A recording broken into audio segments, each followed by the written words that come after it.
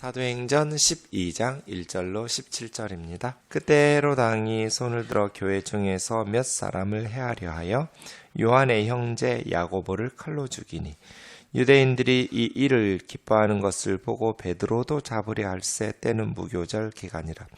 잡음에 옥에 가두어 군인 넷씩인 네 패에 맡겨 지키고 유월절 후에 백성 앞에 끌어내고자 하더라.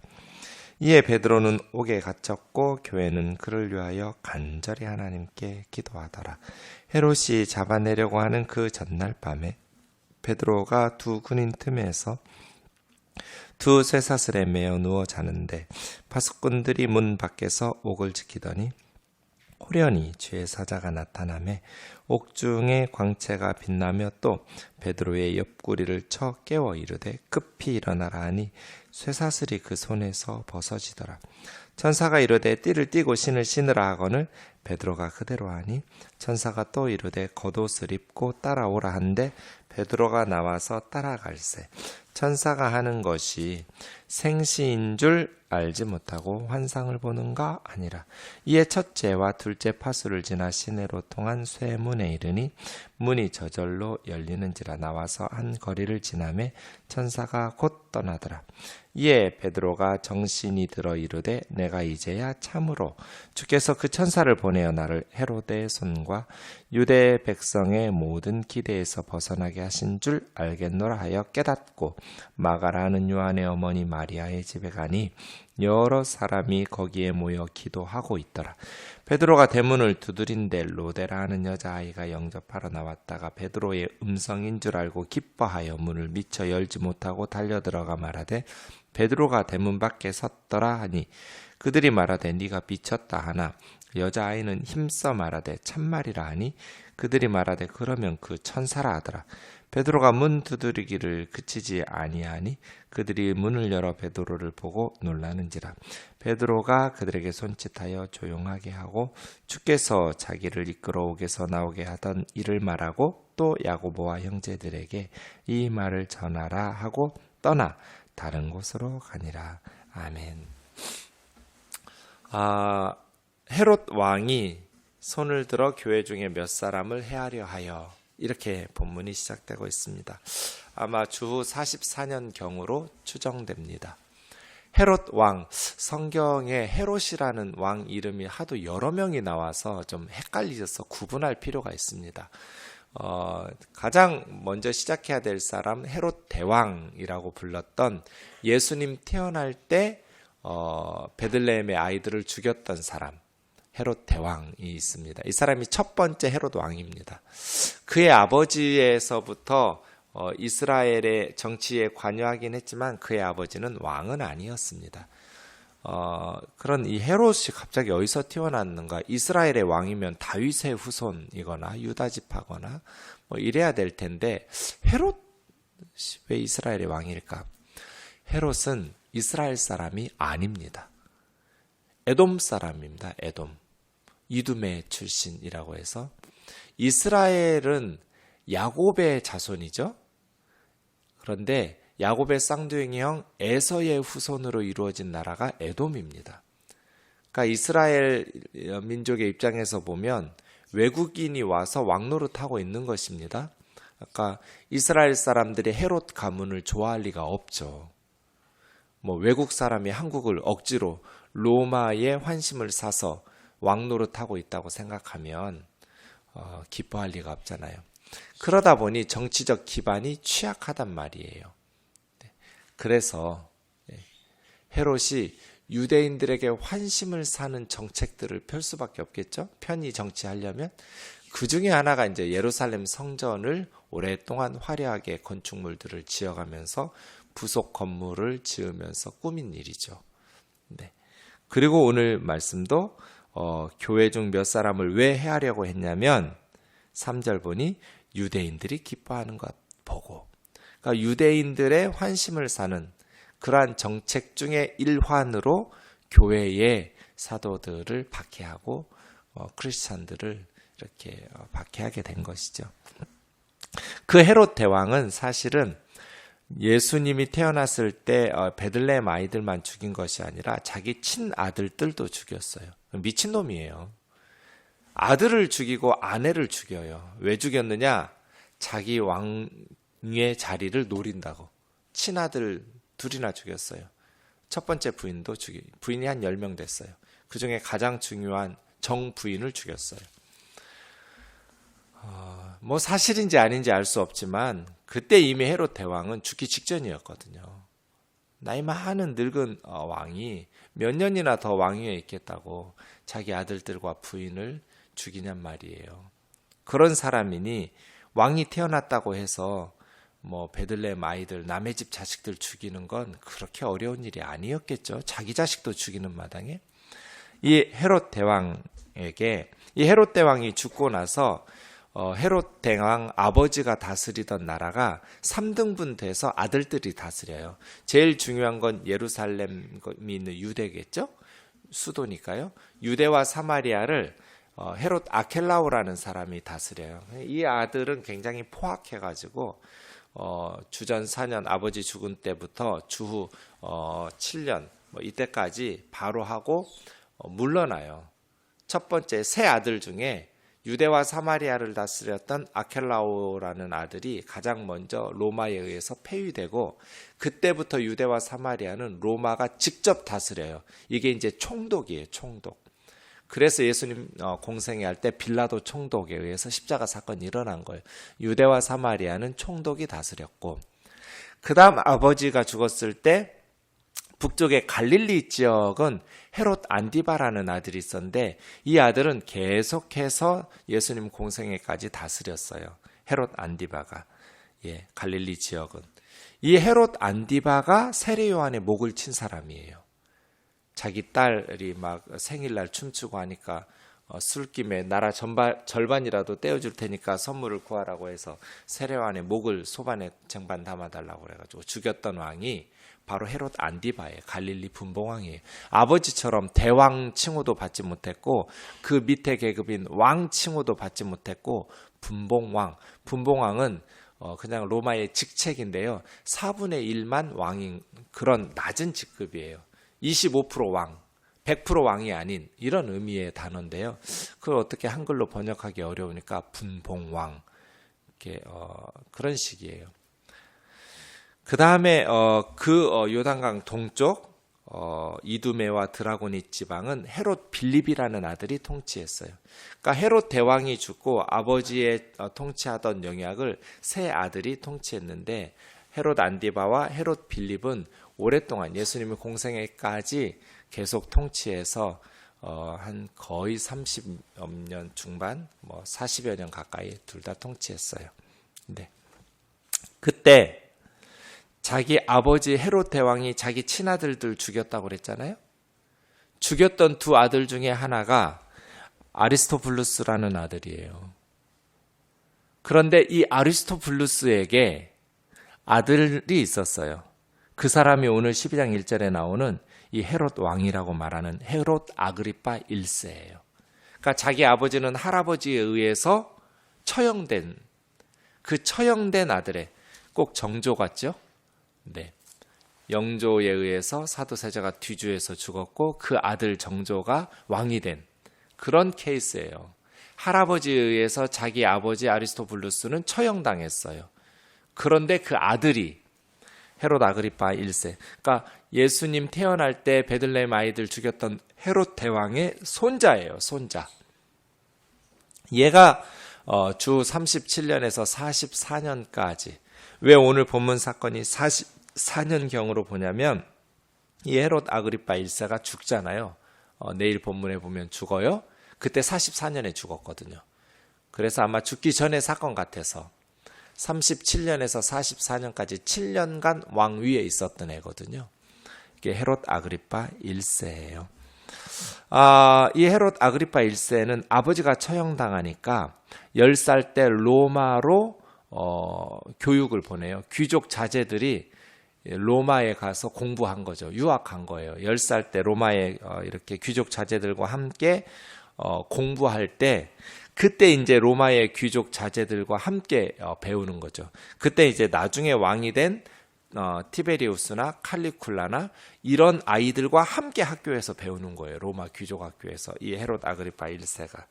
그래가지고 클라우디우스 황제가 등극하는 일에 공헌을 해요. 이 측근으로서.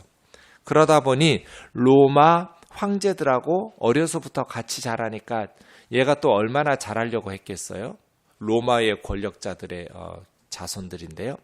그래서 칼리쿨라라는 황제에 의해서 유대와 사마리아가 총독에 의해서 다스리고 있었잖아요. 얘가 권력을 물려받아요. 그래서 유대와 사마리아의 왕이 되어서 돌아온 애예요. 자, 그러면 자기 삼촌 갈릴리의 헤롯 안디바 어떻게 하겠어요? 그 길 건너 숙부 그 또 다른 삼촌 헤롯 빌립 어떻게 하겠어요? 다 제거하죠. 그래서 37년에는 이두메와 드라고닛의 통치자였던 삼촌이었던 헤롯 빌립을 제거하고요. 39년에는 갈릴리의 분봉왕이었던 세례요한을 죽였던 헤롯 안디바를 추방시켜요. 그리고 자기가 유대와 사마리아, 갈릴리, 요단강 건너편에 이두메 지역, 드라고닛 지역 전체를 다 통치하는 왕이 돼요. 이 사람이 헤롯 아그리파 1세예요. 오늘 본문에. 네, 아그리파인지 안디바인지 빌립인지 뒤에 안 붙이고 우리 신약성경은 다 그냥 헤로당 하니까 사람이 제각각 여러 명이 등장하는데 누군지 잘 모르게 되어 있어요. 네, 헤롯 왕이에요. 헤롯 왕? 이 헤롯 왕 예수님 태어날 때 애들 죽인 그 왕인가? 아니에요. 세례요한 죽인 왕인가? 아니에요. 그 다음 세대예요. 손잡벌이에요. 새벽부터 무슨 말인지 좀 복잡하죠. 근데 이 배경을 설명드리지 않으면 여러분이 본문을 이해할 수가 없어서 인터넷으로 들어보세요. 어려우시면. 유대인들의 이제 그 종교적인 시기 질투를 하고 있다는 것을 알면서 기독교인들을 박해한 거죠. 네. 정치에 이용해 먹은 거예요. 종교를. 그래서 2절에 요한의 형제 야고보를 칼로 죽였어요. 우리는 칼로 죽였다 했지만 원문 보면 목을 뱄어요. 예. 그러니까 첫 번째 순교자는 사실은 사도가 아니에요. 목회자가 아니고요. 평신도인 집사 스데반이었어요. 기독교의 첫 번째 순교자는 스데반이었고 사도 중에 첫 번째 순교자가 야고보예요. 요한복음을 썼던 그 사도 요한의 형제 야고보. 칼로 목을 뱄어요. 그리고 그걸 너무 유대인들이 기뻐하는 거예요. 예수님의 12제자 중에 하나를 처형시키니까. 그래서 베드로도 잡아 죽이자. 이런 계획을 가지고 아마 이 상황에서 베드로마저 제거되었으면 초대교회 복음 전파에 좀 큰 지장이 있었을 거예요. 타격이 44년경이면요. 타격이 있었을 것 같아요. 때는 무교절 기간이라 유대법에 의하면 무교절 기간에는 재판과 처형이 불가능해요. 왜냐하면 그때가 지금 애굽의 노예 생활에서 해방된 것을 기념하는 절기잖아요. 유월절이. 그래서 그 기간 동안에는 그냥 감옥에 투옥만 시켜놓은 거예요. 그게 끝나면 처형하려고 베드로까지 감옥 투옥 중 이런 식이죠. 잡음에 옥에 가두어 예루살렘 성전 북서쪽에 감옥이 있었어요. 안토니아 탑내에.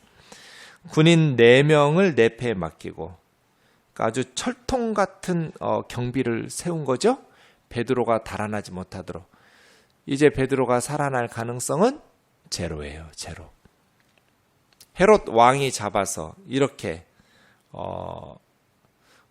헤롯 왕을 헤롯 아그리파를 맞설 정치 세력도 없고요.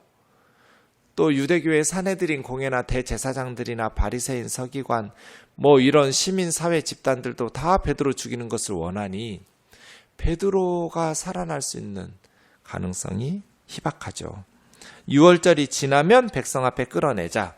말씀드린 것처럼 무교절 기간, 6월절 기간에는 재판과 처형이 불가능하니까 끝나면 죽이자예요.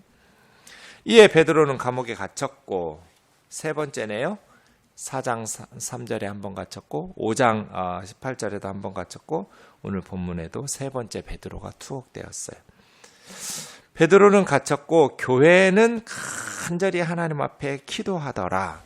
기억해야겠죠? 세상의 무기는 뭐예요? 정치 권력, 또 군사력, 뭐 그런 어떤 공권력을 활용해서 감옥에 투옥시키는 힘. 세상의 힘이 그런 정치력과 경제력, 군사력, 이런 공권력이라면 교회의 힘과 무기는 뭐예요? 기도예요. 우리가 가진 힘은 하나님밖에 없잖아요. 그 하나님의 힘이 이 땅 가운데에서 역사하도록 만드는 건 기도잖아요. 하나님은 우리의 기도에 응답하시는 방식으로 일하시거든요. 그래서요. 세상의 무기가 권력이라면 교회의 무기는 기도다. 세상 사람들의 무기가 정치적 지위나 아니면 경제적 힘이나 군사적 힘이라면 성도의 무기는 기도다. 간절히 하나님께 기도하다니 저는 이 본문 보면 웃겨요. 왜 웃기냐면 똑같은 표현 언제 나오냐면 겟세마네 동산에서 나오거든요. 단어가 같아요. 원문에 보면. 에크테노스라고요. 간절히 기도했다는. 예수님이 겟세마네에서 기도할 때 이마에 막 모세혈관 터지면서 땀 속에 피가 섞여 나오면서 기도할 때 그 기도가 요 기도예요. 그때 베드로는 뭐 했어요? 쿨쿨 잤어요. 기도 좀 해달라고 깨워도 자고 그랬던 베드로가, 성도들은 지금 간절히 겟세마네 동산처럼 기도하는데 우리 형님 뭐하고 계신지 보세요. 6절 헤롯이 잡아내려고 하는 그 전날 밤에 베드로가 두 군인 틈에서 두 쇠사슬에 매여 누워 자는데, 참 자는 데는 일가견이 있는 사도예요. 그죠? 성도들은 지금 기도하는데 우리 주님 겟세마네에서 기도할 때도 자더니 이때 잠이 와요? 내일 처형인데? 6월절 끝나고 내일이면 끌어내서 죽이려고 하고, 그런데 지금 양쪽에 두 군사가 지금 붙들고 있는 거잖아요. 근데도 거기서 자는 거잖아요. 아, 진짜 우리 베드로 형님은 참 저 같아요. 전 머리만 대면 자거든요. 그것만 똑같아요. 이게 이제 기도의 응답의 결과 같아요. 성도들이 기도했기 때문에 하나님께서 베드로 마음속에 평안함, 두려움 없는 주님 뜻에 맡기다 보면 뭐 벌벌 떨 필요도 없잖아요. 그죠? 네. 자요. 너무 아름다운 장면 아니세요? 이때 막 걱정하고 막 근심하면서 두려워 떨고 막 초조하고 불안하고 그럴 것 같은데, 뭐 기억하세요? 하나님이 부르셔야 우리 죽어요. 우리가 죽고 싶다고 죽는 거 아니에요. 하나님께서 부르셔야 가요. 그러니까 하나님께 맡기면 돼요. 하나님께서 야고보처럼 데려가시면 천국에 갈 거고, 하나님께서 더 일하다가 오라 말씀하시면 어떤 방법을 써서라도 하나님께서 불러가실 것이고, 네. 제발 좀 죽지 않으려고 발버둥 치지 마세요. 천국 가는데 뭐가 그렇게 아쉬워서. 네. 주님 손에 맡기면 돼요. 주님 부르시면 간다. 물론 우리가 건강 잘 돌봐야죠. 네, 함부로 우리 그건 하나님 기뻐하시는 삶은 아닐 거예요. 예. 그러나 아무리 건강 챙기고 아껴도 주님 부르시면 가더라고요. 그러니까 너무 이 땅에 대해서 연연할 필요 없어요. 우리는 천국 소망이 있는 크리스찬이잖아요. 가끔 죽지 않을 것을 매개로, 살려준다라는 것을 매개로 막 돈을 요구하고 그런 식으로 하는데 그거 다 사기꾼이에요. 성경적이지도 않아요. 하나님께서 오라 하시면 야고보처럼 가는 거죠. 그러나 하나님께서 살리시면 베드로처럼 더 일하다가 가는 것이죠. 자지 못할 일이 없어요. 안에서 2명이 지키고 밖에서 파수꾼이 또 지키고 2중 3중으로 지키고 있었어요. 그런데 7절이요. 주님의 천사가 나타나 옥중의 광채가 빛나며 베드로 옆구리를 툭툭 쳐서 깨웠어요. 그만큼 깊이 잠든 거예요. 옆구리를 툭툭 쳐야 일어날 정도로 잔 거죠. 베드로는. 급히 일어나라. 급히 일어나라. 그러면서 쇠사슬이 다 벗겨졌어요. 띠를 띠고 신을 신어라. 그래서 겉옷을 입고 따라오라. 급히 일어나라. 띠를 띠고 신을 신어라. 겉옷을 입고 따라와라. 그러니까 베드로는 깊이 잠들다가 깨니 이게 꿈인지 생신지 헷갈리잖아요. 그런 상황이었어요. 내가 환상을 보나 비몽 사몽간에 따라 나선 거죠. 천사를. 첫째, 둘째 파수를 지나 시내를 통한 쇠문에 이르니 문이 저절로 열려서 천사가 떠나서야 베드로가 정신 들었어. 아, 내가 지금 꿈꾸는 게 아니구나. 내가 이제야 참으로 주께서 천사 보내어 나를 헤롯의 손 유다 백성의 모든 기대, 헤롯의 손 유다 백성의 모든 기대에서 벗어나게 한 줄 알았다. 마가, 이게 이제 마가복음의 저자예요. 마가 요한의 어머니 마리아. 참 위험한 상황에서 모임 장소로 제공하는 믿음의 어머니예요. 그 믿음의 어머니 마리아 밑에 마가복음의 저자인 마가 같은 믿음의 아들이 생기는 것이죠. 아마 여기가 이제 최후의 만찬, 예수님이 계실 때 최후의 만찬 장소로 사용되었던 것 같아요.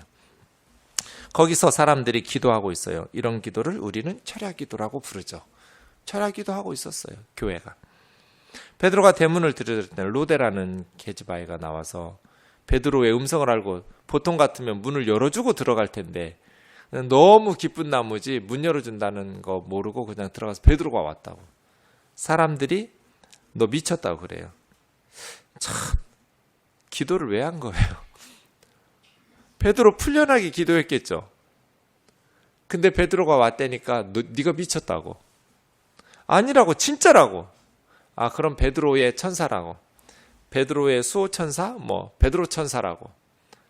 베드로가 이렇게 풀려날 리가 없다고. 풀려나는 거 불가능하다고. 어떻게 풀려나냐고. 그렇게. 그래서 베드로가 문을 계속 문 두드리니까 그제서 비로소 베드로를 보고 놀라면서 베드로가 이제 형제들에게 조용하게 하고 감옥에서 나오게 한 것을 말하면서 형제들에게 여기서 야고보는 12제자 야고보가 아니라 예수님의 친동생 야고보예요. 야고보서의 저자예요. 예수님의 친동생 야고보가 이제 예루살렘 교회 지도자 역할을 해요. 맡겨놓고 다른 곳으로 피신해서 갈라디아서에 보면 1년 후에 안디옥 교회에 나타나거든요. 베드로가 이렇게 돌아가는 것이죠. 우리가 기도하면서도 응답되는 것들을 믿지 못하고 그냥 기도만 열심히 할 때가 있죠. 하나님께서는 그 기도 들으시고 응답하신다. 그 기도에 응답하시는 방식으로 천사 보내셔서 베드로 풀려나게 하시고 옥문을 여시고 그렇게 일하시죠. 오늘 또 우리의 기도를 들으시고 일하시는 그 하나님의 은혜들을 기억하면서 힘있게 기도하기를 원합니다. 기도하겠습니다. 주님, 그렇습니다. 우리는 기도하면서도 믿지를 못하고 또 기도하면서도 이렇게 베드로가 풀려났다는 소식을 전하는 아이에게 네가 미쳤다고 말하기도 합니다. 그런 믿음 없는 열심, 그런 기도일지라도 하나님께서 응답하시고 일하시는 줄을 믿습니다. 자비로우신 주님, 우리에게 믿음을 더하셔서 주님 앞에 간절히 깨어 항상 기도할 수 있도록 은혜 내려 주옵소서. 교회는 세상의 권력이 흔들고 무너뜨릴 수가 없습니다. 자비로우신 주님, 하나님께서 성도들에게 믿음 주시고 목회자들을 헌신케 하시고 때마다 시마다 하나님의 사람들을 일으키셔서 이 복음, 이 하나님의 교회들이 융성하게 일어나게 될 줄로 믿습니다.